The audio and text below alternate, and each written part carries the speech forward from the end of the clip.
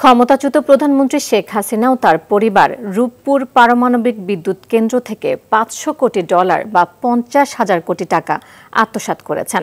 এমন দাবি করেছে গ্লোবাল ডিফেন্স কর্পোরেশন নামে একটি সংস্থা। বিভিন্ন দেশের সামরিক ও প্রতিরক্ষা খাতে দুর্নীতির অনুসন্ধান করা সংস্থাটির শনিবারের প্রতিবেদনে বলা হয়, টাকা আত্মসাতের মধ্যস্থতা করেন ভাগ্নি ব্রিটিশ এমপি টিউলিপ সিদ্দিক। সামদানি প্রত্যয়ের রিপোর্টে বিস্তারিত। দেশের সবচেয়ে বড় ও ব্যয়বহুল প্রকল্প রূপপুর পারমাণবিক বিদ্যুৎ কেন্দ্র। রাশিয়ার সহযোগিতায় বিদ্যুৎ কেন্দ্রটির নির্মাণ খরচ ধরা হয় $1,265 কোটি। আশা করা হচ্ছিল এটি পুরোপুরি বাস্তবায়নের পর 20% বিদ্যুতের চাহিদা পূরণ করবে।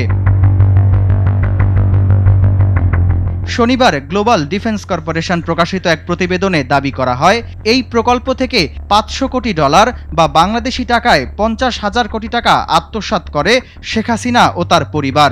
মালয়েশিয়ার একটি ব্যাংকের মাধ্যমে অর্থ আত্মসাতের সুযোগ করে দেয় প্রকল্প বাস্তবায়নকারী সংস্থা রোসাটম, যাতে মধ্যস্থতা করেন ভাগ্নি টিউলিপ সিদ্দিক।